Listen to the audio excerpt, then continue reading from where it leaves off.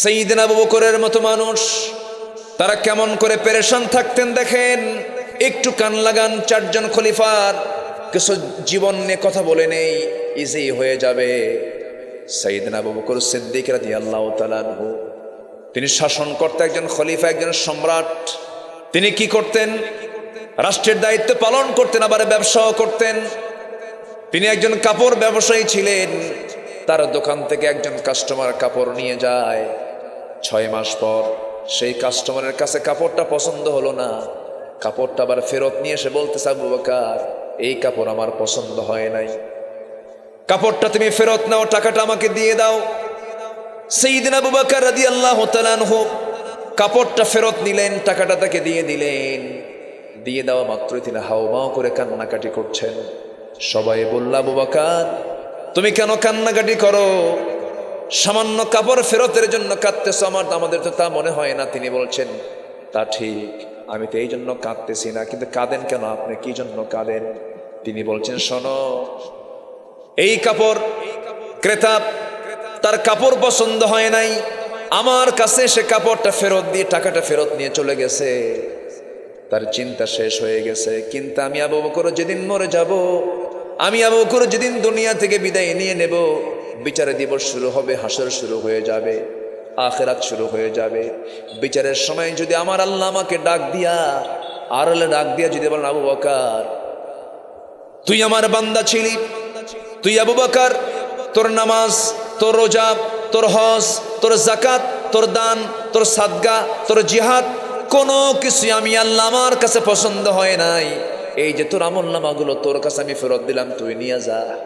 আল্লাহ যদি আমাকে কেমন করে তা আমার আমলনামাগুলো আমার কাছে যদি ফেরত দিয়ে দেন, আমি কার কাছে যাব? এই জন্য কাঁদি। চিন্তাটা দুনিয়ার না আখিরাতের? আসলে চিন্তা না দুনিয়ার না আখিরাতের? আখিরাতের চিন্তা তাদের ভিতরে এত গভীরভাবে কাজ করত। আমার বন্ধুগণ, অর্ধ দুনিয়ার শাসক ওমর ফারুক রাদিয়াল্লাহু তাআলা আনহু অর্ধ দুনিয়া তিনি শাসন করেছেন। কি শাসক তিনি ছিলেন! কি নাই তার মধ্যে কাজ করত, সৎ মানসিকতা কাজ করত। মধুর বোতল, এক বোতল মধু তিনি কি করেছেন? রাষ্ট্রের মধু তার বরাদ্দ এসেছে, এক বোতল মধু নিয়ে তিনি বাড়িতে আসলেন। সেই মধুটা ভাগ করতে হবে 5টা ভাগ করে। একটা ভাগ তিনি নেবেন, 4 ভাগ প্রতিবেশীদের মধ্যে ভাগ করে দিবেন। এই দায়িত্ব দেওয়ার জন্য তিনি তার বউকে ডাক দিয়ে বলছেন, বউ আমার শোনো, এই যে মধু তোমার হাতে দিলাম, মধুর বোতলটা সমান 5 ভাগে ভাগ করবা। একটা অংশ আমাদের নিয়ে বাকি 4 অংশ প্রতিবেশীর হাতে সমান করে দিবা। মধুর বোতল হাতে দেওয়ার পরই আবার বলছেন, আমার স্ত্রী, মধুর বোতলটা আমার হাতে ফেরত দিয়ে দাও, আমি তোমাকে ভাগ করতে দেব না। বলেন, এই আচরণ যদি কোনো স্বামী কোনো বউয়ের সঙ্গে করে, মন ভালো হওয়ার কথা না মন খারাপ হওয়ার কথা? বলেন তো, খারাপ হওয়ার কথা না? স্বামী স্ত্রীর মধ্যে দ্বন্দ্ব লাগে না? আস্তে করে লাগে না? লাগে কি না? যদি লাগে তাহলে মোহাব্বত জমে, আর যদি না লাগে তাহলে তো হলো না, কিছু লাগবেই তো। লাগে কিনা বলেন?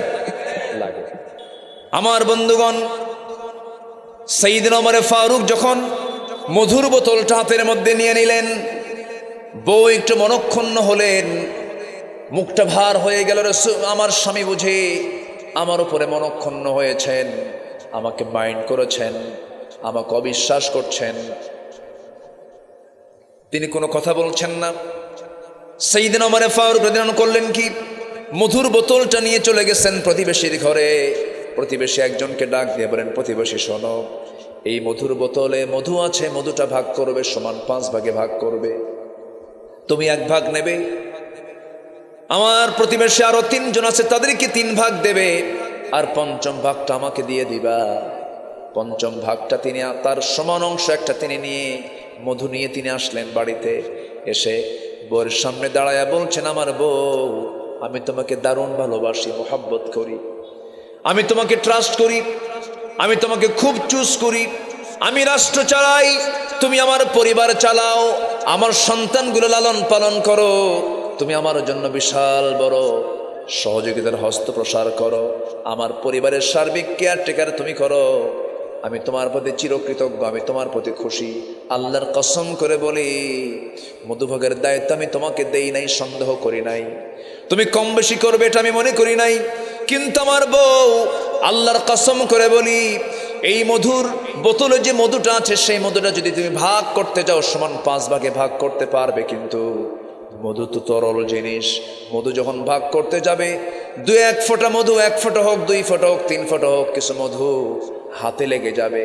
এতটুকুন 2 ফোঁটা 3 ফোঁটা মধু আমাদের হাতে লেগে যাক, চাই নাই মনে করে আমি মধুভাগের দায়িত্ব তোমাকেও দেই না, আমিও নেই নাই, মধুভাগের দায়িত্ব দিয়েছি প্রতিবেশীর হাতে। সুবহানাল্লাহ বলবেন না?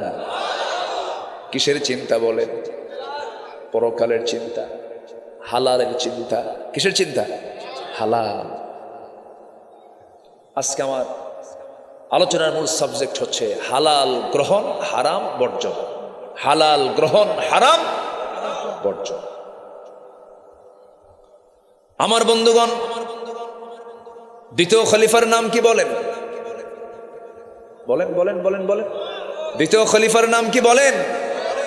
অনেক দিন আগে একটা মাহফিলে, বহুদিন আগের কথা, প্রায় মনে হয় আমার, এক মাহফিলে বললাম দ্বিতীয় খলিফা ওমরে ফারুককে চেনেন কারা কারা?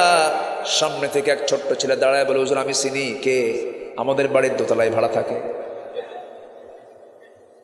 আমাদের বাড়ির দোতলায় ভাড়া থাকে। সাইয়েদনা ওমর ফারুক রাদিয়াল্লাহু তাআলা আনহু তার সন্তান কিছু টাকা দিয়ে বাজার থেকে ঘোড়া কিনে আনছে, ছোট ঘোড়া একটা কিনে আনছে। ছোট ঘোড়া কিনে তার লক্ষ্য হলো ঘোড়াটাকে বড় করে মোটা তাজাকরণ করে বেশি দামে বিক্রি করা। এরকম আছে না? ছোট গরু কিনে আনে, বড় করে বিক্রি করে ফেলে। সাইয়েদনা ওমর ফারুকের ছেলে যখন ছোট ঘোড়া কিনে আনলেন, ওমর ফারুক তা দেখে ফেললেন। কিন্তু তিনি লক্ষ্য করে দেখেন ঘোড়াগুলোর যে খাবার, যে ঘাসগুলো খাওয়ায়, সেই ঘাসগুলো খাওয়াচ্ছে সেই জমির, যে জমিটা ওমর ফারুকের জমি নয়, রাষ্ট্রের কিছু জায়গার জমি, রাষ্ট্রের কিছু জায়গার ঘাস। রাষ্ট্রের জায়গার ঘাসগুলো খাওয়ায়া খাওয়ায়া দিনে দিনে ঘোড়াটা অনেক বড় হয়ে গেছে। যখন ঘোড়া বড় হয়ে গেছে, ঘোড়া বাজারে বিক্রি করে এনে টাকা নিয়ে যখন ঘরের মধ্যে ঢুকতে নিয়েছে, ওমর ফারুক সামনে দাঁড়ায় বলে, আমার সন্তান, ঘোড়া কিনছিল কত দিয়া? এত। বিক্রি করছো কত দিয়া? এত। যেটা লাভ হয়েছে, কোনো ক্রমেই লাভের টাকা তুমি কখনো নিজে নিতে পারবা না। ওই লাভের টাকা রাষ্ট্রীয় কোষাগারে জমা দাও, কারণ ওই যে ঘোড়াটা ঘাস খেয়েছে, এই ঘোড়াটা ঘাস খাওয়ার মূল জায়গা হলো রাষ্ট্রের জায়গা। এই টাকা রাষ্ট্র পাবে যখন। সুবহানাল্লাহ। কিসের চিন্তা? হালালের চিন্তা। কিসের চিন্তা বলেন? হালাল। আমার বন্ধুগণ, ছোট্ট ছেলে তার রাষ্ট্রের কিছু খেজুর আসছে, কার্টুনকে কার্টুন খেজুর চলে আসছে। কার্টুন খুলে ছোট্ট ছেলে ওমর ফারুকের, ছোট্ট একটা নাবালক শিশু, খেজুরের কার্টুন থেকে একটা খেজুর চট করে মুখে তুলে নিয়েছেন। ওমর ফারুক দেখে বললেন, এই দিকে আয়। মুখের মধ্যে নখ ঢুকায় দিয়া খেজুরটা বের করে বলছে, যা তোর মায়ের কোলে যা, এই খেজুর তোর খাওয়া জায়েজ নাই, যা মায়ের কোলে চলে যা। মা খেপে গিয়ে রেগে গিয়ে বলছে, আমিরুল মুমিনিন, ছোট্ট বাচ্চা একটা খেজুর তো মুখে দিয়েছিল, আপনি সেই খেজুরটা মুখ থেকে বের করে নিলেন কেন? আমরা তো খেজুর কিছু ভাগে পেয়ে যাব। সাইয়েদনা ওমর ফারুক বলছে, আমার স্ত্রী সন্তানের প্রতি কি আমার দরদ নাই? অবশ্যই দরদটা আছে, কিন্তু শোনো, যে খেজুরটা সে মুখে দিয়েছে সেটাই যে ভাগে পাবো তার গ্যারান্টি কি? এই জন্য আমি আগে তাকে খেজুর খেতে দেই নাই। কিসের চিন্তা? কিসের চিন্তা বলেন? আখিরাতের চিন্তা। মাথায় কলসি ভরে পানি আনতেছেন ওমর ফারুক রাদিয়াল্লাহু তাআলা আনহু। নিজের পরিবারের জন্য কূপ থেকে পানি তুলে আনতেছেন অর্ধ দুনিয়ার শাসক ওমর ফারুক। আল্লাহু আকবার। কত সিম্পল লাইফ ক্রিয়েট করতেন তারা। কলসি ভরে পানি আনতেছেন। এক প্রশ্নকারী এসে বলতেছে, একটু প্রশ্ন ছিল, একটু জবাব দিবেন? কে বলো কি প্রশ্ন? কে মাথায় কলসি রেখে কি কথা বলা যায়? তো মাথার কলসিটা তিনি মাথা থেকে নামায়া হাঁটুতে রাখলেন। কোথায় রাখলেন? হাঁটুতে। বলা হলো, আমিরুল মুমিনিন, হাঁটুতে রেখে প্রশ্ন করব, কতক্ষণ আপনার কষ্ট হবে? মাটিতে রাখুন। তিনি বললেন, না রে, কলসিটা মাটিতে রাখা যাবে না। কেন? কলসির তলা হলো ভিজা, আর মাটি হলো, জমিনটা হলো শুকনা। আমি যদি এই কলসিটা ভেজা কলসিটা যদি মাটিতে রেখে দেই, কলসির তলা কিছু মাটি জমা হয়ে যাবে, কিছু মাটি উঠে আসবে। এই জমিনের মালিক তা আমি নই। এই মাটি যে তুলে নিয়ে যাব, কিয়ামতের দিন এই জমিওয়ালা আমার বিরুদ্ধে মামলা দেবে। কিসের চিন্তা বলেন? আসতে বলবেন না, কিসের চিন্তা? যে নেতৃত্বে দুর্নীতি, যে নেতৃত্বে নামাজ নাই, যে নেতৃত্বে চরিত্রে কোনো গন্ধ নাই। ও যুবক, যে নেতা তোমাকে মদের বোতল তুলে দেয়, নারী তোমার হাতে তুলে দেয়, শরাব তোমার হাতে তুলে দেয়, যে নেতা তোমাকে নামাজের কথা বলে না, চরিত্রের কথা শেখায় না, হালাল শেখায় না, সেই নেতৃত্বের মুখে আমরা জুতা মারি, থুতু মারি। রাজি আছেন কারা কারা? হাত উঁচু করে দেখান মুসলমান।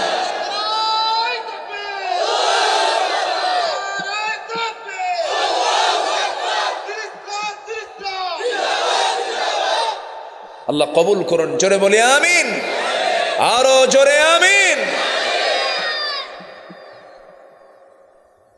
কষ্ট পাচ্ছেন? কষ্ট পাচ্ছেন? ইয়াউমা নাদউ কুল্লা উনাসিম বিইমামিহিম। কিয়ামতের দিন প্রত্যেক নেতাকে তার কর্মী সহ, প্রত্যেক কর্মীকে তার নেতা সহ ডাকা হবে। সম্পর্ক দুনিয়াতে যার সঙ্গে গড়বো ভাবতে হবে এটা আমার আখিরাতের সম্পর্ক। কথা ক্লিয়ার? কথা ক্লিয়ার? যার জীবনে ভালো বন্ধু আছে, এই বন্ধু ভাববেন কিয়ামতের দিনও কাজে লাগবে। কোন বান্দা যখন জান্নাত, যে বান্দা জান্নাত পেয়ে যাবে, আল্লাহ সেই দিন ওই বান্দাকে ডাক দিয়ে বলেন, বান্দা তুই তো জান্নাত পাইলি, তোর কি কোনো বন্ধু আছে? আছে তো আল্লাহ, তোকে শুধু জান্নাত দিলাম না, তোর বন্ধুকে জান্নাতে নিয়ে যা। গাঁজা খাওয়া বন্ধু না, গাঁজা খাওয়া বন্ধু, বেনামাজি বন্ধু। এই জন্য সম্পর্ক যদি গড়তে হয়, সম্পর্ক গড়ব কার জন্য? আসতে বলবেন না, কার জন্য? আমি যেখান থেকে তেলাওয়াত করেছি, তেলাওয়াতকৃত আয়াতগুলো শুনে অনেকের ভাল লাগবে না। এখানে আল্লাহ তাআলা একটু হালাল কিছু খেতে কইছে। কি খেতে কইছে গ্রন্থ?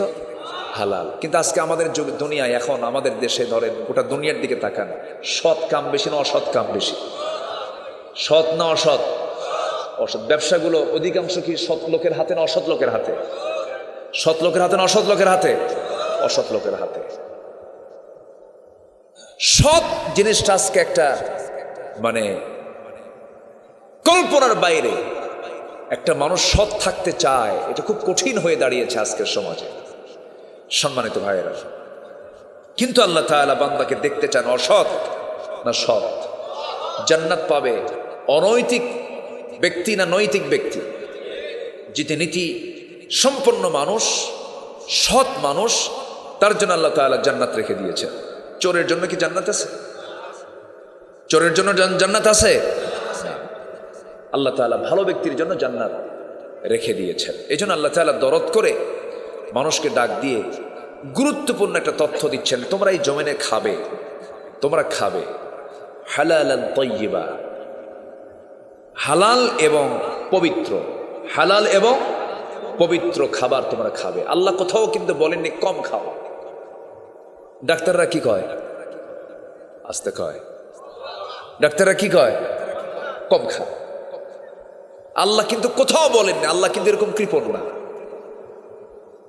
আল্লাহ কোথাও আপনি বলতে পারবেন না, কোথাও দেখাতে পারবেন না, আল্লাহ কোথাও বলেননি কম খাও। আল্লাহ বলছেন কুলু, খাও। কুলু মিম্মা ফিল আরদি হালালান তাইয়্যিবা, এই জমিনে যা আছে এর মধ্যে হালাল এবং পবিত্রগুলো খাও। কুলু, খাও। ওয়াশরাবু, পান করো। ওয়ালা তুসরিফু, অপচয় করো না। কি করো না? অপচয় করো না। তাহলে আমাদের খেতে কি মানা? আল্লাহ কি আমাদের খেতে কি মানা করেছেন? মানা করেছেন কি? অপচয়। আর নাপাক খাবার না পবিত্র খাবার? বলেন, নাপাক খাবার না পবিত্র খাবার? মদ কি খাবার কর? মদ কি পাক না নাপাক? আসতে কয়। মদ কি পাক না নাপাক? কার কথা? আসতে বলবেন না, কার কথা? আচ্ছা ধরুন মৌলভীবাজার জেলায় তো 5 স্টার হোটেল নাই, আছে? আছে শুধু কি একটা? হুজুরের খবর তো সবই আছে, আমি তেমনি বলতেছি না।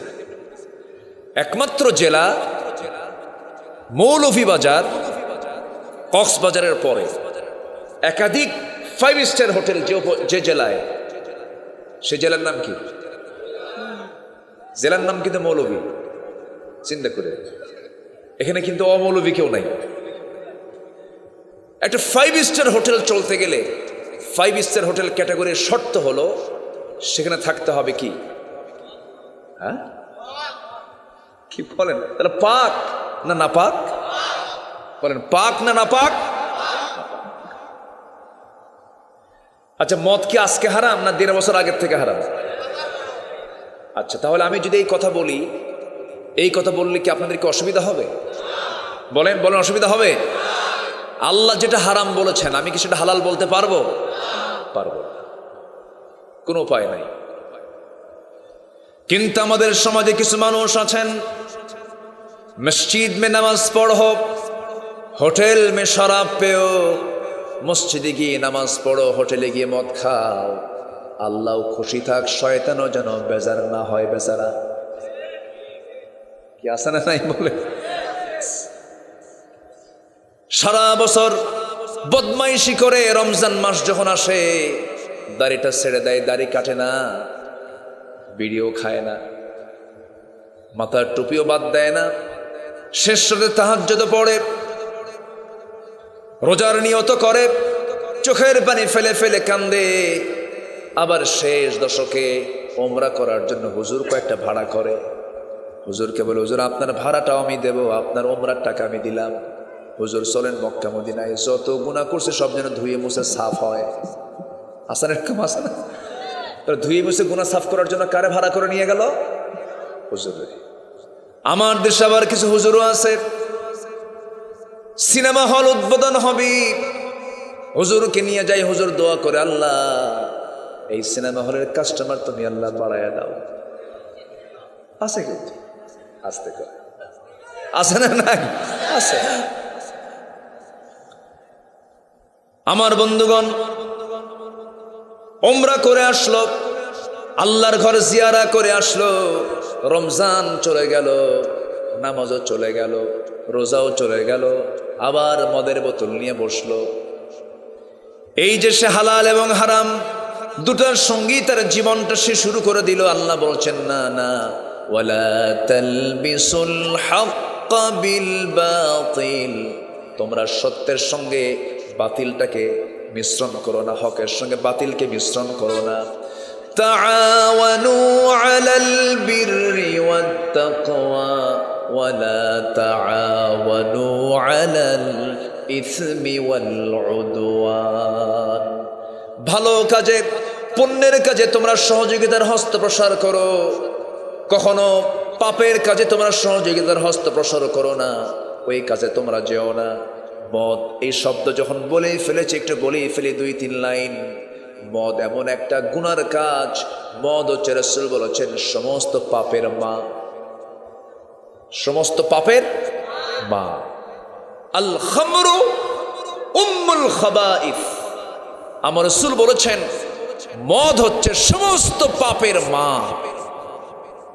কেমন করে? একটু মনোযোগ দিয়ে শোনেন। কোন এক বেচারি আল্লাহওয়ালা মানুষ কোন এক নগরের বাসিন্দা ছিলেন। ওই নগরে একজন জঘন্য নারীর বসবাস ছিল। ওই নারীটা করত কি? জেনা করত, পতিতার কাজ করত।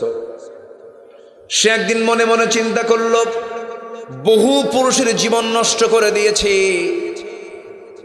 এই আল্লাহওয়ালা মানুষ নাকি আছে এই নগরে, যেমন করি হোক তাকে টার্গেট করে ফসলায় ফসলায় তাকে বেকায়দার মধ্যে ফেলে দিয়েছে। ঘরের মধ্যে তুলে নিয়ে বলতেছে, ও এই নগরের শ্রেষ্ঠ আল্লাহওয়ালি, আমি তোমাকে ধরে ফেলেছি, আজকে আমি তোমাকে 3টে শর্ত দিয়ে দিলাম। নাম্বার 1 হলো, এই যে মদের বোতল, এই মদের বোতল থেকে কিছু মদ তোমাকে পান করতে হবে, অথবা আমার সঙ্গে জেনা করতে হবে। অথবা এই যে শিশুর সামনে দাঁড়ানো আছে এই শিশুকে হত্যা করতে হবে। এই তিনটার যে কোনো একটা পথ তোমাকে বেছে নিতে হবে, নচেত আমি এমন চিল্লান মারবো গোটা নগরবাসীকে জানিয়ে দেব তোমার মান সম্মান সব শেষ হয়ে যাবে। সেই বেচারি আল্লাহওয়ালা মনে মনে চিন্তা করে, খুন তো করাই যাবে না, বড় পাপ, জেনা করলে ঈমান থাকবে না, মদের বোতল যখন আছে মদ পান করলে গুনাহ হবে, তবে অন্তত বাঁচাতে দরকার। সে যখন মদের বোতল খুলে যখন খেয়ে নিয়েছে, মদ খেলে পরে তার ফলাফল হলো তাল না মাতাল। আসতে বলবো না, তাল না মাতাল, তাল না মাতাল, মাতাল। এক বেচারি মদ খায়া রাত 3টার দিকে দরজার সামনে দাঁড়ায় আছে, ডাকতেছে বউরে, ডাবল লোড, ভালো লোড হয়েছে। 3টার দিকে ডাক দিল, বউ তো টের পাইছে যেটা আমার স্বামী ছাড়া কেউ না, কারণ বউ তো জানে স্বামীটা কয় নাম্বার, আল্লাহও জানে, কিন্তু স্বামীর ব্যাপারে বউ সবার চেয়ে কম জানে না বেশি জানে, বেশি। তো রাত 3টার দিকে যখন ডাক দিচ্ছে, এখন বউ মনে মনে চিন্তা করলো তো মদ খেয়ে আসছে, তো মাথা ঠিক নাই। ছেলেকে ডাক দে, বলে বাজান একটু ওঠ, তোর বাপ আসছে, একটু দরজা খুলতে হবে।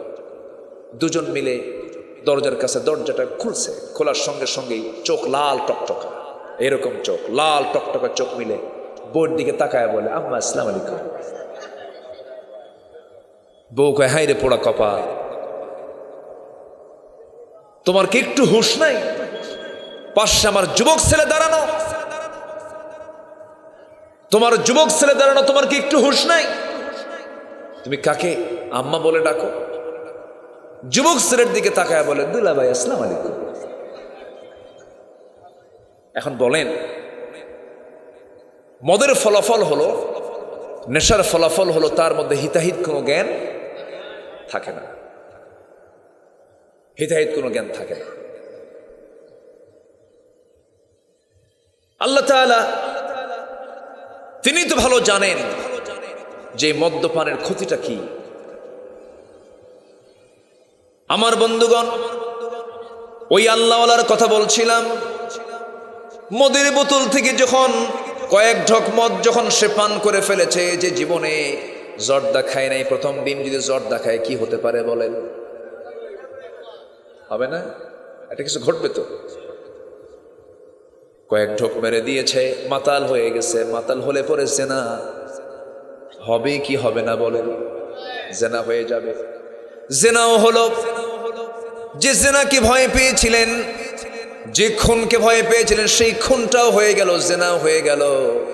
আমি যে বললাম মদ যে সমস্ত পাপের মা, মদ আছে যেখানে জেনা আছে সেখানে, জেনা আছে যেখানে খুন আছে সেখানে,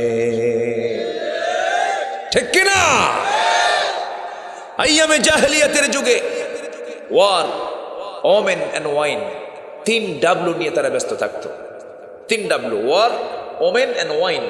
ওয়ার মানে যুদ্ধ, ওমেন মানে নারী, ওয়াইন মানে হচ্ছে মদ। এই 3W নিয়ে তারা ব্যস্ত থাকতো। আজকের দুনিয়াতেও এগুলো আছে না নাই? আসতে বলবেন না, আছে না নাই? ব্যবসায়ী বহু আছে, মদ ব্যবসায়ী নাই মনে হয়। মদ ব্যবসায়ী আছে না নাই? আছে। বিশ্বব্যাপী মাদক ব্যবসার মূল্য হলো $321 বিলিয়ন বছরে। $321 বিলিয়ন। মদের ব্যবসা, মদের বিক্রির পরিমাণ বছরে বিশ্বব্যাপী $1600 বিলিয়ন। অস্ত্র ব্যবসা গোটা পৃথিবীতে বিশ্বব্যাপী বছরে $100 বিলিয়ন। পতিতাবৃত্তি, পতিতা বাণিজ্যের মূল্য হলো বার্ষিক প্রায় $400 বিলিয়ন। জুয়া, ক্যাসিনো, বিশ্বব্যাপী এই জুয়া ব্যবসার মূল্য হলো বছরে প্রায় $110 billion. Computer games, free fire, PUBG, এই ছেলেরা কিছু কয় না, দেখেন সব বোঝে, কিন্তু বোঝে কিন্তু সবাই। এই ফ্রি ফায়ার, পাবজি, এই জাতীয় কম্পিউটার গেমস ব্যবসার মূল্য বিশ্বব্যাপী বার্ষিক প্রায় $54 বিলিয়ন। এই মাদক, মদ, অস্ত্র, পতিতা, জুয়া, কম্পিউটার গেমস, এই সমস্ত বাণিজ্যের বার্ষিক বাজার মূল্য গড়ে $2685 বিলিয়ন। এই সমস্ত আকাম কুকাম যারা করে তারা কি ইসলাম চায়? আসতে বলে, তারা কি ইসলাম চায়? আমি আপনি? আওয়াজ কিন্তু স্লো হয়েছে। সবাই কি চান 5 স্টার? কথা বলেন। আমার বন্ধুগণ, যদি আপনি চান, দেখবেন যারা না চায় তারা সামনে দাঁড়িয়ে যাবে, তারা সামনে দাঁড়িয়ে গিয়ে বলবে, না না এগুলো মানবো না, আমাদের ব্যবসায় ভাটা পড়ে যাবে। আমার রাসূল যখন বললেন, আবু জেহেল বলল, মুহাম্মদ শোনো, পানির চাইতে প্রিয় হলো আমার মদ, বইয়ের চাইতে আমার প্রিয় হলো জেনা করা, আমার কারবার হলো সুদের কারবার, এগুলো আমি বন্ধ করতে পারবো না। রাসূল বললেন, না না, এগুলো সম্পূর্ণ শয়তানের কাজ। আল্লাহ এই জায়গায় বলছেন, ওয়ালা তাত্তাবিউ খুতুওয়াতিশ শাইতান, তোমরা শয়তানের পদাঙ্ক করে অনুসরণ করতে যেও না। মদ এই কাজটা শুরু করে দেয় শয়তান, মদ দিয়ে উস্কায়া দেয়। আমার বন্ধুগণ, রাসূল যখন এমন জাতীয় কথা বলতে লাগলেন, আমার নবীর বিরুদ্ধে একটা গ্রুপ তৈরি হয়ে গেল। আজকেও যদি আপনি এমন অন্যায়ের বিরুদ্ধে যদি কথা বলতে যান, আপনার বিরুদ্ধে অবস্থান নেওয়ার মতো লোক বুঝি বাংলাদেশে নাই? আসতে বলবেন না, আছে না নাই? আছে না নাই? জান্নাতে তো সস্তা না। শয়তানকে খুশি রেখে জান্নাত পাবো এমন আশা করা বোকামি ছাড়া কিছু না। আমাকে সময় দেবেন তো সবাই? সবাই আছেন তো নাকি? থাকবেন তো ইনশাআল্লাহ? জোরে বলি ইনশাআল্লাহ। সম্মানিত ভাইয়েরা, আল্লাহ তাআলা এই হারামগুলোকে কেন হারাম করেছেন? বান্দার কল্যাণের দিক কি তিনি তাকান নাই? আল্লাহ তো জানেন এই হারাম যে আমি কেন করেছি। এই হারাম যদি মানুষ যদি মেনে চলে, সে ক্ষতিগ্রস্ত হবে। যেটাই হারাম বান্দার জন্য সেটাই অকল্যাণ, আর যেটাই হালাল সেটাই বান্দার জন্য কল্যাণ। যেরকম সুবহানাল্লাহ। সুদের কারবার তো শ্রীমঙ্গলে নাই। আস্তে কর, আছে না নাই? এই সময় কেউ উঠেন না, উঠলে ভাববো ওটাই সুদ খায়। বসেন সবাই। সুদ খাওয়া কি? আরো জোরে, আরো জোরে। মরা প্রাণী খাওয়া কি? মরা প্রাণী খাওয়া হারাম। মরা প্রাণী খাওয়া কি? হারাম। মরা মাছ, এই বলেন, মরা প্রাণী যদি হারাম হয়, তাহলে মরা মাছ তাহলে আবার হালাল হয় কেন? নাস্তিকরা কিছু কিছু প্রশ্ন জমা করে। আমারে সেই দিন এক মাহফিলে প্রশ্ন করেছে, হুজুর কোরআনে আসছে মরা প্রাণী খাওয়া হারাম, তাহলে মরা মাছ খাওয়া কি? আপনি কি মাছ খাওয়াইছেন আজকে? বলেন। মরা মাছ খাওয়াইছে। জি, তাহলে মাছ মরা হলে এটা হালাল কেন? অবশ্যই এটার অ্যান্সার আছে না নাই? আসতে বলবেন না, আছে না নাই? শুনতে রাজি আছেন তো? আচ্ছা, আজকের সমাজে নারী, কিছু নারী আছে বহুগামিতায় বিশ্বাসী। স্বামী থাকার পরেও হাজার যুবকের সঙ্গে অবৈধ সম্পর্ক রাখে। এটা কি হালাল না হারাম? হারাম আছে যেখানে, অসুস্থতা আছে সেখানে। কি অসুস্থ হতে পারে এই ব্যাপারে কোরআনে বক্তব্য আছে না নাই? আচ্ছা, সেদিন আমাকে এক যুবক ফোন দিয়েছে, আমার ফোন নাম্বার। ফোন দিয়ে বলতেছে, হুজুর 2 বছর যাবৎ একটা মেয়ের সঙ্গে আমার খুব হার্ড রিলেশন, গভীর সম্পর্ক। 2 বছর যাবৎ তার সঙ্গে আমার সম্পর্ক চলে আসতেছে। হঠাৎ করে সে মাসখানেক আগে আমাকে ছেড়ে, আমাকে বাদ দিয়ে চলে গেছে। হুজুর, ও যে চলে গেল, এতে কি ওর গুনাহ হবে না?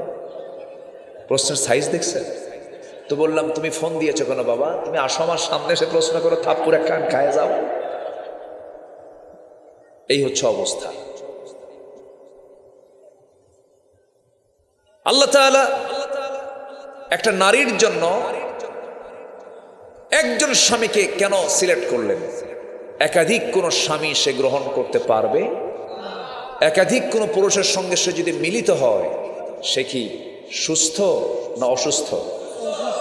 সে কি স্বাভাবিক না রোগী মানুষ? সে রোগী হয়ে যাবে, সে রোগ টেনে আনবে।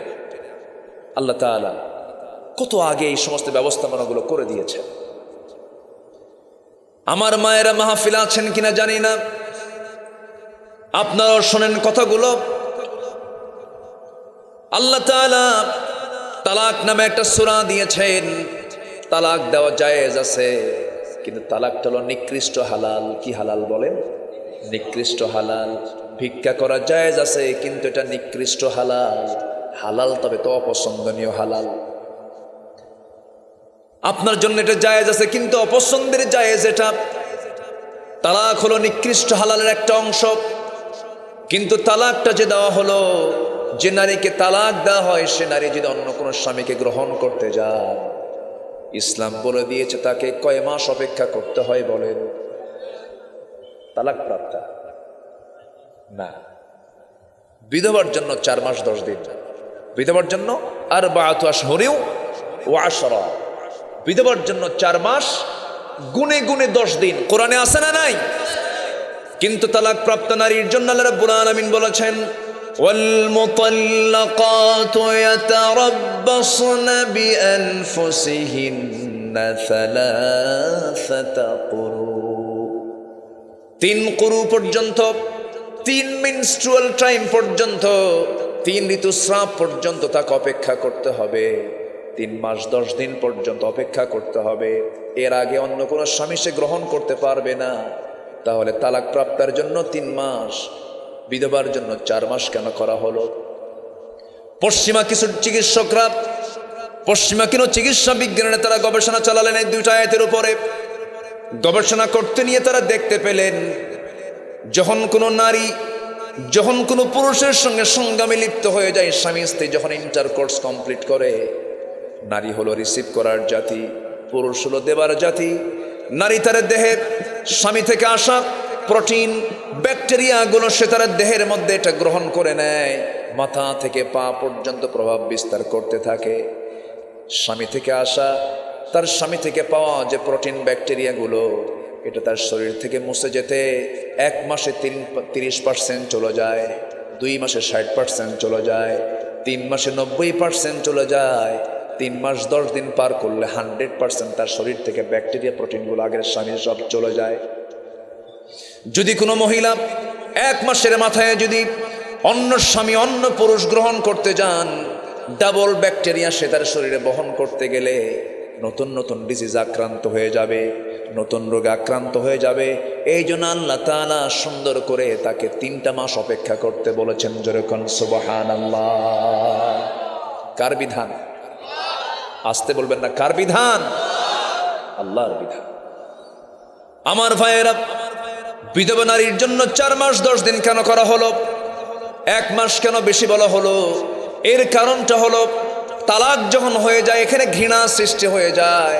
কিন্তু কোনো স্বামী যদি মারা যায়, সেই সময় বউটা স্বামীর প্রতি তার মোহাব্বতটা কমে না বাড়ে?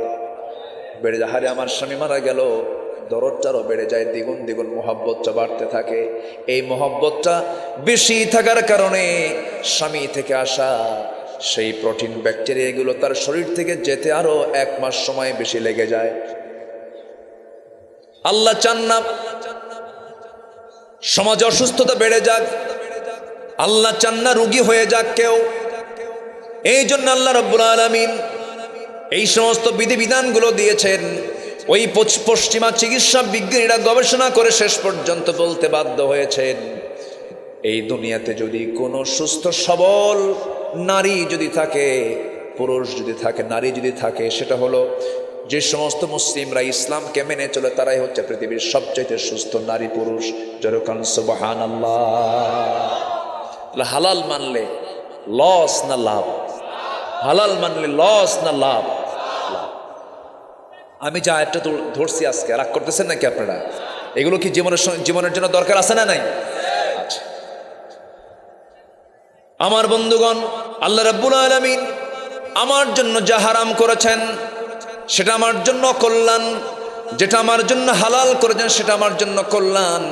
আমি হালালকে নিয়ে থাকবো, হারামকে বর্জন করব।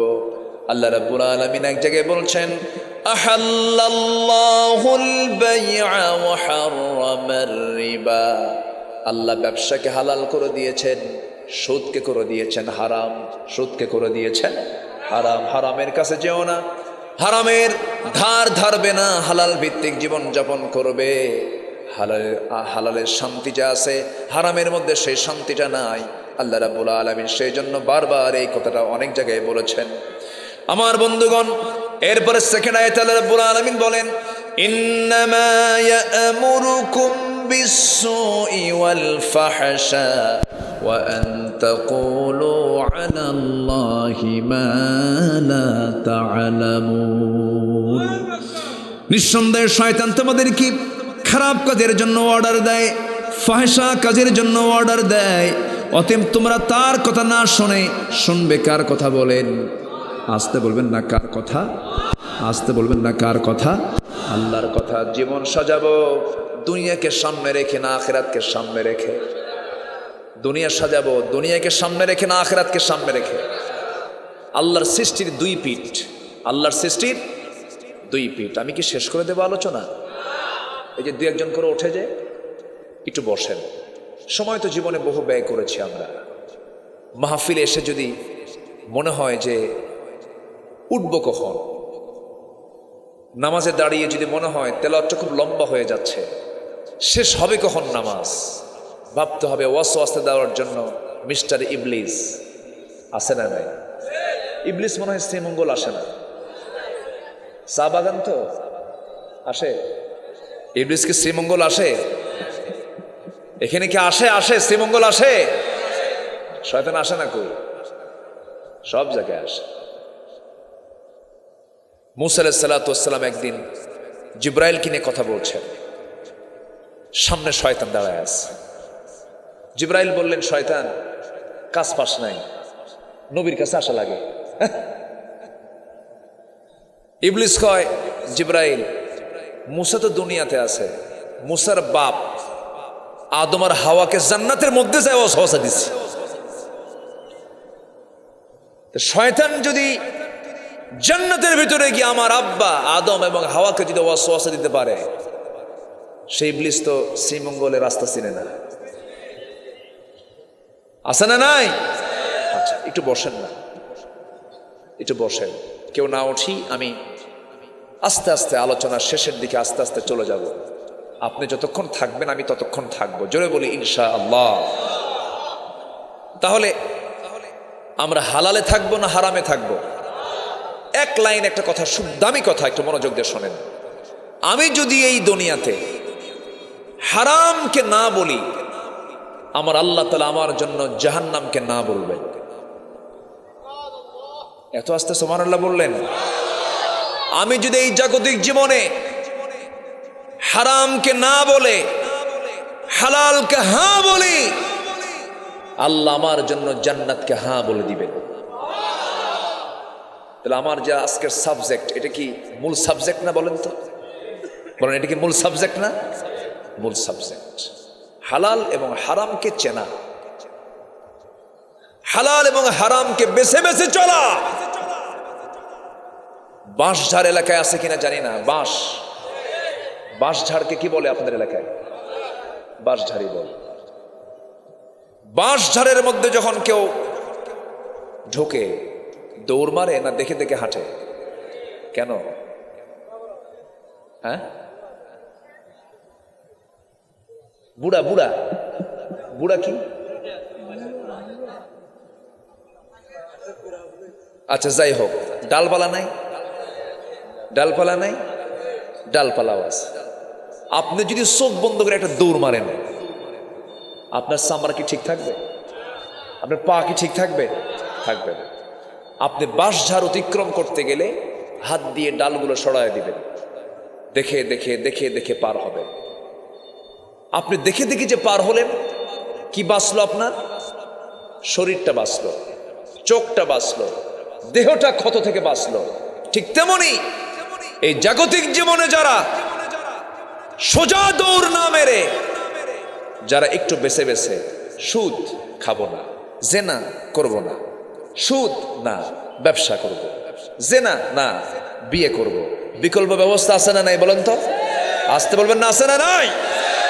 আচ্ছা, এরকম বেছে বেছে যদি কেউ চলে, হারামকে বর্জন করে হালালকে গ্রহণ করে, আল্লাহ তাআলা ওই বান্দার জন্য জান্নাতকে একদম ইজি করে দিবেন। যেরকম সুবহানাল্লাহ। দোয়া করে দিই নাকি আলোচনা চালাবো? জোরে বলি ইনশাআল্লাহ, আরো জোরে বলি ইনশাআল্লাহ। কষ্ট পাচ্ছেন না তো? হালাল হারাম নিয়ে ওয়াজ করলে একটু কষ্ট হয়, হ্যাঁ? কষ্ট মনে করা যাবে। মসজিদের সভাপতি সুদখোর, সেক্রেটারি মদখোর, ক্যাশিয়ার গাঁজা খায়, খতিব খুতবা দেবে কেমনে? খতিব খুতবা দিতে নিয়ে একদিন হঠাৎ করে বলে ফেলছে, লা তাকুলুর রিবা দাআফা মুদাআফা, চক্রাকারে সুদ খায়ও না। এই ওয়াজ করতে করতেই আবার খতিব সাহেব আবার সভাপতির চোখের দিকে ছায়া থেকে ওয়াজ করছে।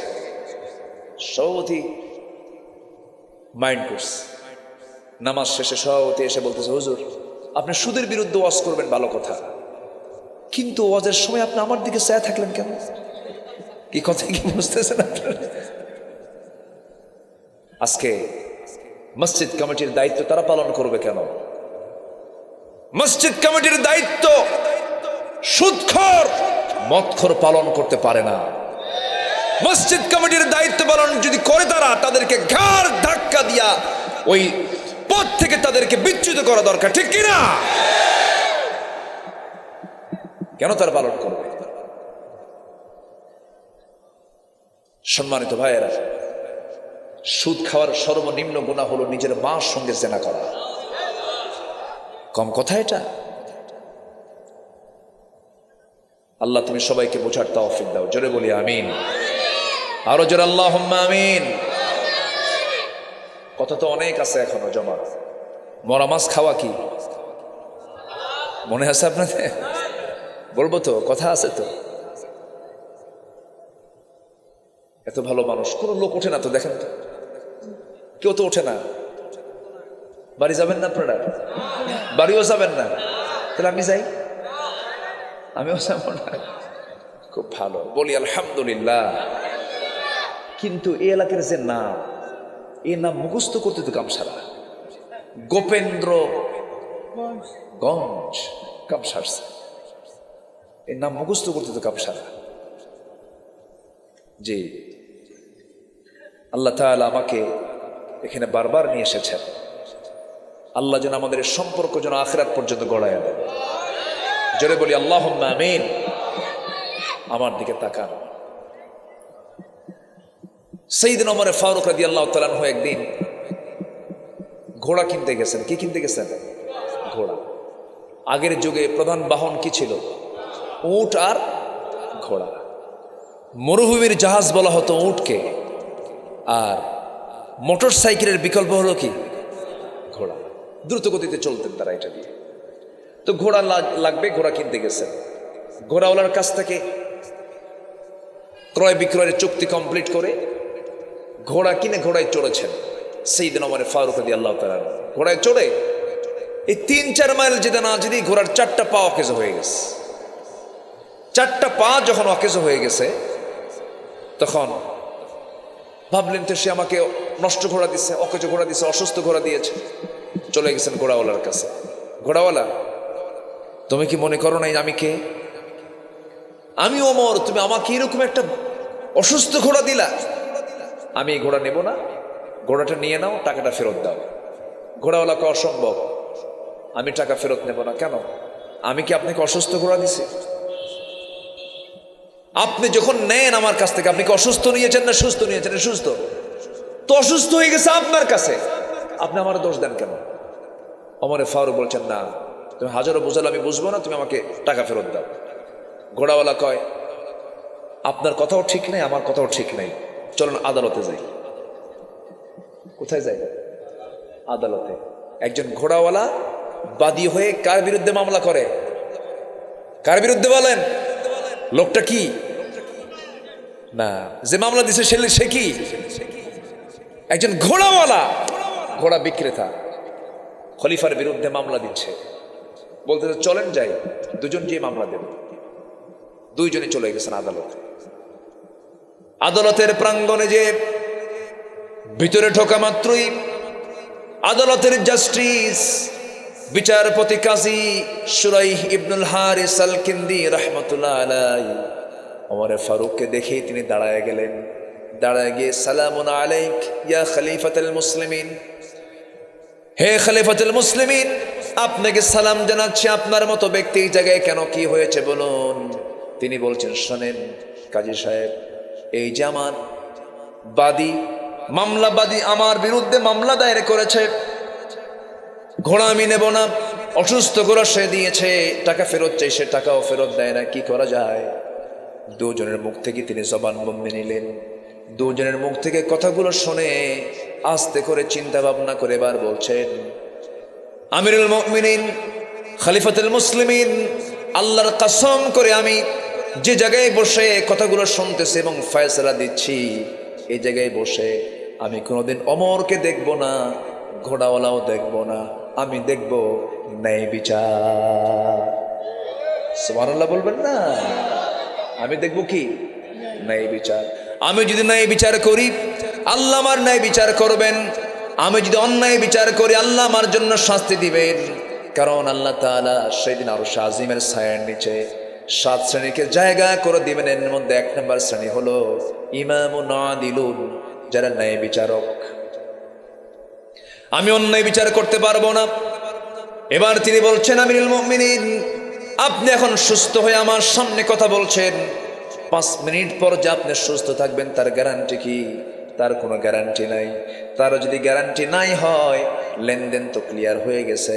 সুস্থ করে আপনি বুঝে নিয়েছেন, সে সুস্থ করে বুঝে দিয়েছে টাকা। আপনার মালিকের আসার পরও যদি ঘোড়া মরে যায় অথবা অসুস্থ হয়, এটার দায় কখনো ঘোড়াওয়ালার কাঁধে দেওয়া যাবে না। সুবহানাল্লাহ বলবেন না? রায় চলে গেছে খলিফার বিরুদ্ধে। রায় চলে গেছে কার? খলিফার বিরুদ্ধে, ঘোড়ার পক্ষে চলে গেছে। সাইয়েদনা ওমর ফারুক রাদিয়াল্লাহু তাআলা আনহু কোনো কিছু বললেন না, মুস্কি মুস্কি হাসি মেরে আদালত চত্বর থেকে আস্তে করে বের হয়ে গেলেন। পরের দিন মজলিসে শুরার বৈঠক হলো, সেন্ট্রাল কমিটির বৈঠক হলো, মন্ত্রিসভার বৈঠক হলো। সেই মন্ত্রিসভার বৈঠকে 40 রাষ্ট্রের রাষ্ট্রপ্রধান, অর্ধ দুনিয়ার শাসক ওমর ফারুক রাদিয়াল্লাহু তাআলা আনহু তিনি বসে সবার সামনে বলে ফেলেন, শোনো, আমি গতকালকে এক জায়গায় গিয়েছিলাম, একজন বিচারপতি পাইছে, সে আঞ্চলিক বিচারপতি, এত বড় সাহস তার, সে আমার বিরুদ্ধে রায় দিয়েছে। আমার বিরুদ্ধে রায় দিয়েছে কেন? আমার দিকে তাকায় নাই, আমার পক্ষটাকে সে অন্যায় মনে করেছে। ন্যায়ের প্ল্যাটফর্ম থেকে আমার ভুলটা সে প্রমাণ করতে সফল হয়েছে। যে বিচারপতি ওমরের মতো ব্যক্তির বিরুদ্ধে রায় দিতে পারে, সেই তো সঠিক রায় দিতে পারে। অতএব আমার বিরুদ্ধে যে রায় দিতে পেরেছে, সে সঠিক রায় দিতে পারবে। অতএব কাজী শুরাইকে আঞ্চলিক বিচারপতি না বানায়া তাকে জাতীয় বিচারপতি বানানো হোক। যেরকম সুবহানাল্লাহ। আর আমার দেশে যদি কেউ এইরকম উল্টাপাল্টা ক্ষমতাশীল ব্যক্তির বিরুদ্ধে যদি দিয়ে দেয়, তাকে পাগলা বানায়া, মানসিক রোগী বানায়া বাইরে হিজরত করে পাঠায় দেয়, আছে না নাই? কি ঠিক আছে না কিনা? ঠিক আছে কিনা? আইন সবার জন্য বর্তমান পৃথিবীতে সমান। মাইট ইজ রাইট, জোরজার মূল্যতা। আমার বন্ধুগণ, আরেকজন খলিফার নাম হলো হাসান হুসেনের বাপ, ফাতিমার স্বামী আসাদুল্লাহিল গালিব। কে? আলী। সব তো জানেনি, আর কি করবো, থাক, দোয়া করে দিই। আলোচনা চলো। হুজুর মরুক, হুজুরও বাসুক। সাইয়েদনা আলী রাদিয়াল্লাহু তাআলা আনহু তিনি তার লৌহ বর্ম হারিয়ে ফেলেছেন। লৌহ বর্ম চিহ্নিত ছিল, তিনি চিহ্ন দিয়ে রেখেছেন, এটা আমার লৌহ বর্ম। ইহুদির হাতে, কার হাতে? ইহুদির হাতে। ইহুদিরা কিন্তু সেই সময় মদিনায় বসবাস করত। এখন ইহুদিরা বসবাস করে কোথায়? কোথায়? বৈধ রাষ্ট্র না অবৈধ রাষ্ট্র? বৈধ না অবৈধ? অবৈধ। কিন্তু দুঃখজনক হলো সত্য, আমার দেশের ক্লাস 9-10 সামাজিক বিজ্ঞান বইয়ের ভেতরে ফিলিস্তিনের মানচিত্র না দেখিয়ে ইসরায়েলের মানচিত্র কেন দেখানো হলো? কেন? ফিলিস্তিন আমার বন্ধু না ইসরায়েল আমার বন্ধু?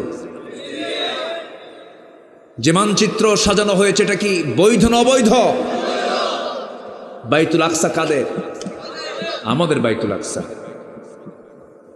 সুলাইমান আলাইহিস সালাতু ওয়াস সালাম জিনদের দ্বারা তিনি নির্মাণ করেছিলেন। এমন পয়গম্বর ছিলেন সুলাইমান যিনি প্রাণীর ভাষাও বুঝতেন, এমনকি পিঁপড়া কথা কয় তাও শুনতেন। একটু আস্তে কোন সুবহানাল্লাহ। পিঁপড়ার কথা বোঝেন কারা কারা? হাত তোলেন। কে বুঝেন? কিন্তু কোন নবী বুঝতেন বলেন তো? কোন নবী বুঝতেন? সুলাইমান। তিনি একটা পাহাড়ি অঞ্চল দিয়ে, দুই পাহাড়ের মাঝখানে উপত্যকা, হেঁটে হেঁটে যাচ্ছিলেন তার সৈন্যবাহিনী নিয়ে। এই সময় পিঁপড়া তার জনগণকে লক্ষ্য করে বলছে, উদখুলু মাসাকিনাকুম, উদখুলু মাসাকিনাকুম। হে পিঁপড়ারা, তোমরা সবাই সব মাসাকিনাকুম গর্তের মধ্যে ঢুকো তাড়াতাড়ি। কেননা সুলাইমান তার সদল বলে বাহিনী নিয়ে আসতেছে, এই জনপদে এই দিক দিয়ে আসতেছে, পদপিষ্ট হয়ে মারা যাবে। এই কথাটা সুলাইমানের কানে গেছে। কি এলেম আল্লাহ তাআলা দান করেছে। ওই পিঁপড়াটাকে চট করে, পিঁপড়ার যে রাজা, নেতা, নেতার সঙ্গে নেতা কথা কয়, নেতার সঙ্গে। সুলাইমান কি নেতা না? হ্যাঁ, উনি গোটা পৃথিবীর সবচেয়ে বড় শাসক তিনি ছিলেন। আল্লাহু আকবার বলেন। গোটা পৃথিবীর এত বড় শাসক আর পৃথিবীতে কোনোদিন আসবে না। পিঁপড়ার সঙ্গে এখন তিনি কথা বলছেন। ফাতাবাসসামা দাহিকান, তার কথাগুলো শুনলেন এবং মুস্কি মুস্কি হাসি মারলেন। সুলাইমান তার বাবাও ছিলেন বাদশাহ, তিনিও ছিলেন বাদশাহ। আল্লাহ তাআলা তার জন্য লোহাটাকে কাদার মতো নরম বানিয়ে দিয়েছিলেন। বাপ দাউদ আলাইহিস সালামের জন্য। সম্মানিত ভাইয়েরা, সেই সুলাইমান নির্মিত বাইতুল আকসা মুসলমানদের আজকে অবরুদ্ধ করে রেখেছে। টুডে এন্ড টুমরো বাইতুল আকসা আমাদের হাতে আসবে, ঠিক কিনা বলেন? এর জন্য আমাদের নিজ নিজ জায়গা থেকে সজাগ, সচেতন, দোয়া সবকিছু করার দরকার আছে না নাই? আছে না নাই?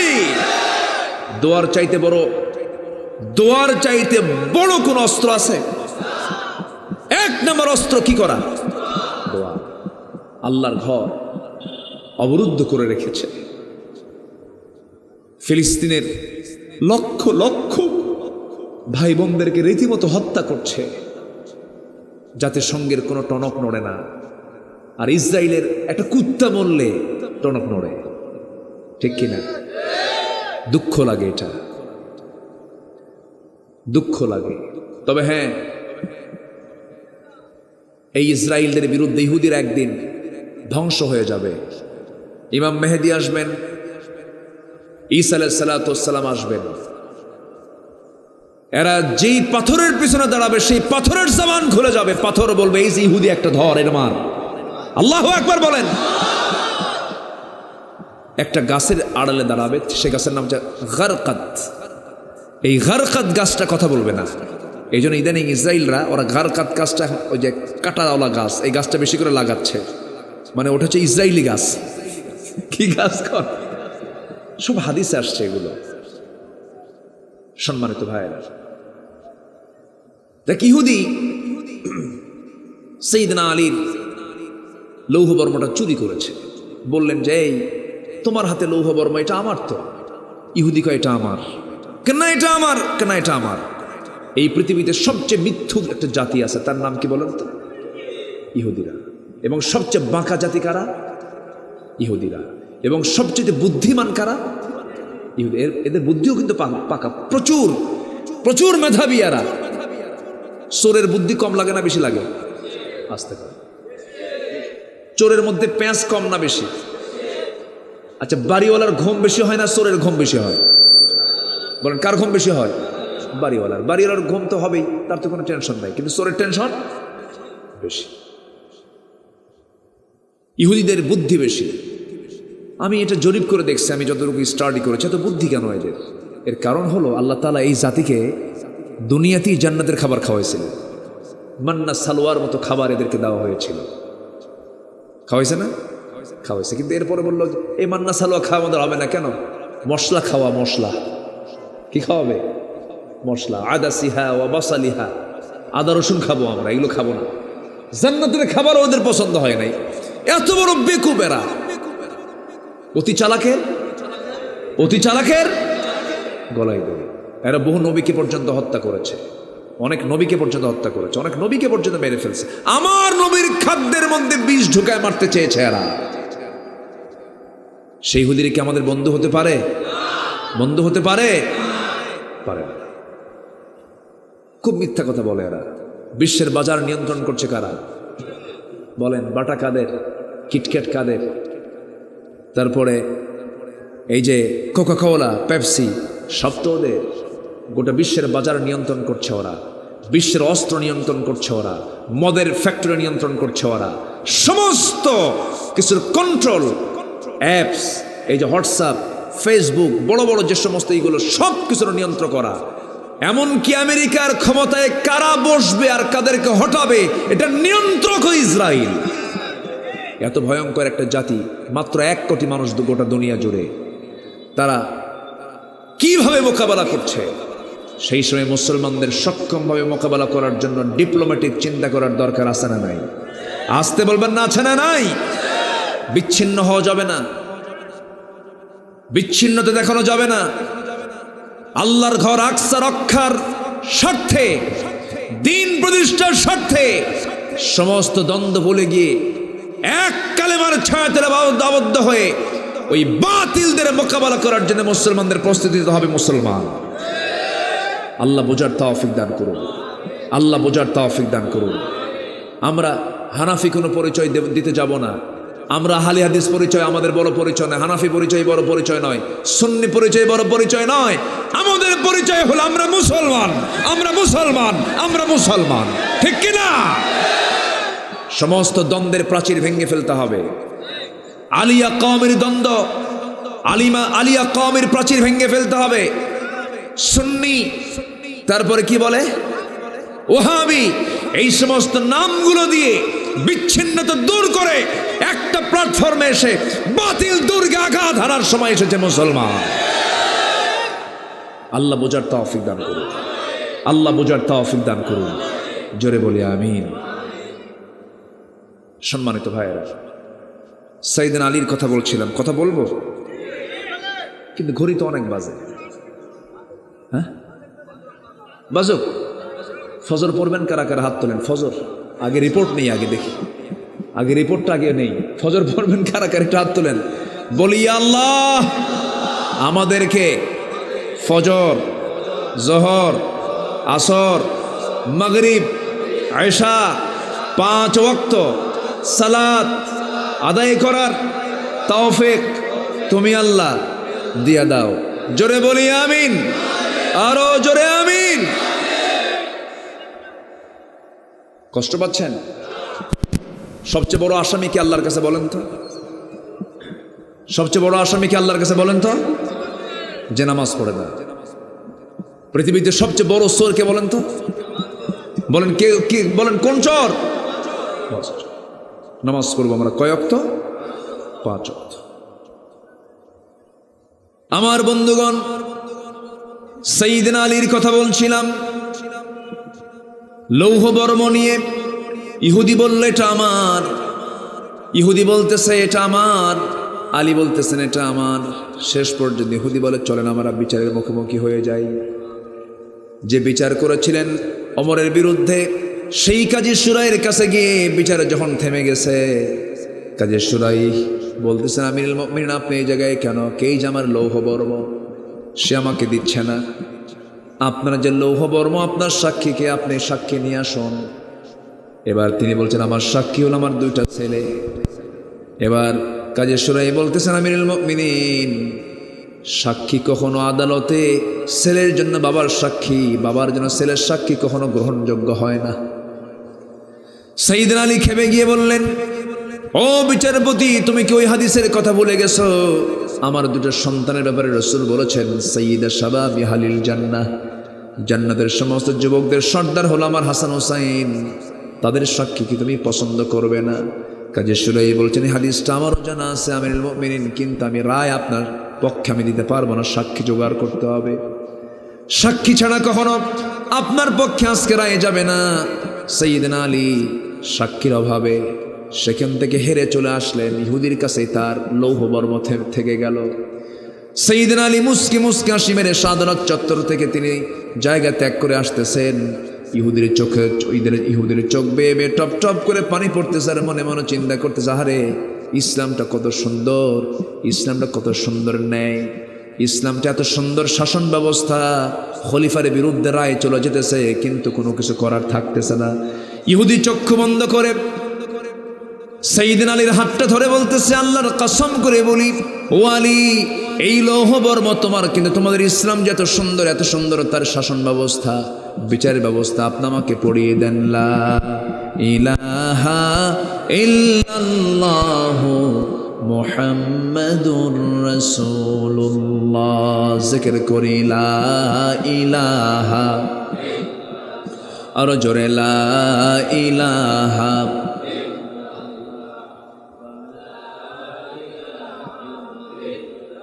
আরো জোরে সুবহানাল্লাহ আলহামদুলিল্লাহ,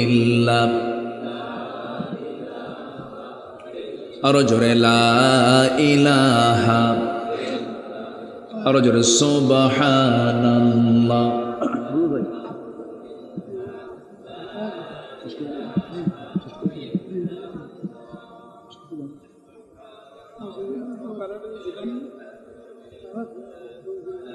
লা ইলাহা ইল্লাল্লাহু মুহাম্মাদুর রাসূলুল্লাহ সাল্লাল্লাহু আলাইহি ওয়াসাল্লাম। আমার ভাইরা একটু বসেন, আর 10-15 মিনিট হয়তো কথা বলবো আমি। আমার বন্ধুগণ, আজকের আলোচনা হলো হালালকে গ্রহণ করা, হারামকে বর্জন করে চলা, হালাল ভিত্তিক জীবন যাপন করা। 5 ওয়াক্ত নামাজ আমরা ছেড়ে দেব না, আমরা পর্দার খেলাফ কোনো কাজ করব না। এই যে এই যে এই যে এই যে ওটা কেন বক্কা বক্কা কয় না, কি কয় বক্কা? বসেন, একটু বসেন। আলহামদুলিল্লাহ, আপনাদের ভাষাগুলো কত সুন্দর, মজা আছে, মজা আছে, অনেক মজা আছে। মাতিলাক্কা না, না মাতিলাও, মাতিলাও বলে না এরকম, মানে কথা বলে নাও, কথা বলে নাও। কত সুন্দর আপনাদের ভাষার মধ্যে একটা নতুন একটা মজা, ফ্লেভার আছে। বলি আলহামদুলিল্লাহ। কত ভাষা, এই ভাষা কে দিয়েছেন বলেন তো? আল্লাহ তাআলা দিয়েছেন। সবাই বসুন। ফরজ লঙ্ঘিত কোনো গুনাহ আমরা করব না, জোরে বলি ইনশাআল্লাহ। জমির আইল ঠেলবো না, বনের সম্পত্তি মেরে খাবো না। বনের সম্পত্তি মেরে খাওয়া ভাই তো শ্রীমঙ্গল নাই, আসতে বলবেন না, আছে না নাই? আছে। এগুলো করা যাবে না। ওজনে কম দেব না, ভেজাল দেব না, মিথ্যা কথা বলবো না। এগুলো সব হারাম কাজ। এই হারামকে আমরা বর্জন করব, হালালকে আমরা ধরব। আল্লাহ কবুল করুন, জোরে বলি আমিন, আরো জোরে আমিন। আর আরেকটা বিষয়, সেটা হলো এই জাগতিক জীবনে চলতে গিয়ে আমরা কোনো দিনকে মানব না। কার দিন ছাড়া? আসতে বলবেন না, কার দিন ছাড়া? আপনি যদি আল্লাহর দিনকে ছেড়ে যদি অন্য কোনো দিনকে গ্রহণ করেন, ইসলামকে বাদ দিয়ে যদি অন্য কোনো তন্ত্রমন্ত্রকে বিশ্বাস করেন, ঈমান আছে না গেছে? ঈমান চলে যাবে। আল্লাহ তুমি সবাইকে বোঝার তৌফিক দাও। সবার বাড়িতে মা বোন আছে না নাই? মা বোনকে বুঝাবেন, স্ত্রীকে বুঝাবেন, শোনো একই ছাদের নিচে জীবনটা কাটালাম, জান্নাতে গিয়ে একসঙ্গে জীবন কাটায় দেব। নামাজটা ধরো, বোরকাটা পড়ো, বেপরদায় থেকো না। গায়রে মাহরাম কোনো পুরুষের সঙ্গে দেখা করো না। এটা কার হুকুম? আল্লাহর হুকুম।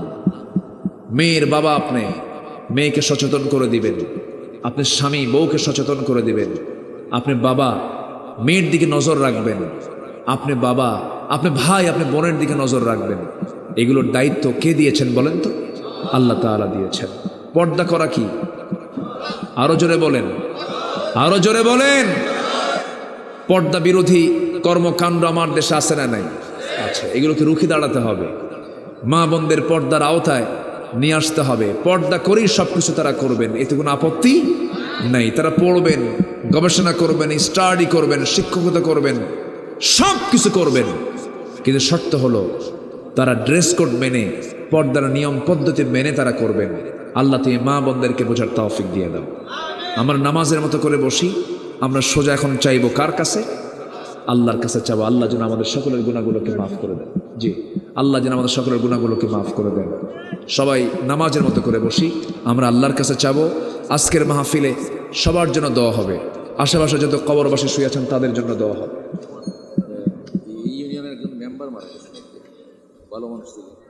মেম্বার আব্দুল কাইয়ুম মেম্বার সাহেব মারা গেছে। হ্যাঁ, আচ্ছা, আল্লাহ তুমি সবাইকে এই মেম্বারকে তুমি আল্লাহ মাফ করে দাও, কবরটাকে জান্নাতের টুকরা বানায় দাও। যে যেখানে আছি কার দোয়া কখন কবুল হয়ে যায় বলা মুশকিল। বসুন, যে যেখানে আছেন দোয়ায় শামিল হয়ে যাবেন। সবাই বলে সুবহানাকাল্লাহুম্মা, বলেন সুবহানাকাল্লাহুম্মা ওয়া বিহামদিকা আশহাদু আল্লা ইলাহা ইল্লা আনতা আস্তাগফিরুকা ওয়া আতুবু ইলাইকা। সবাই বলি আল্লাহ, আমার জীবনের সগীরা কবীরা ছোট বড় সব গুনাহ তুমি আল্লাহ মাফ করে দাও। জোরে বলুন ইয়া রাব্বাল আলামিন। আল্লাহুম্মা আমিন।